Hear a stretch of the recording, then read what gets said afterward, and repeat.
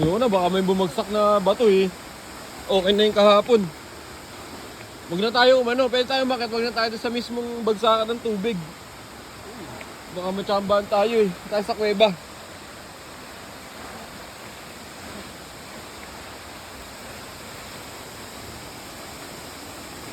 Ay, ito na, pababa.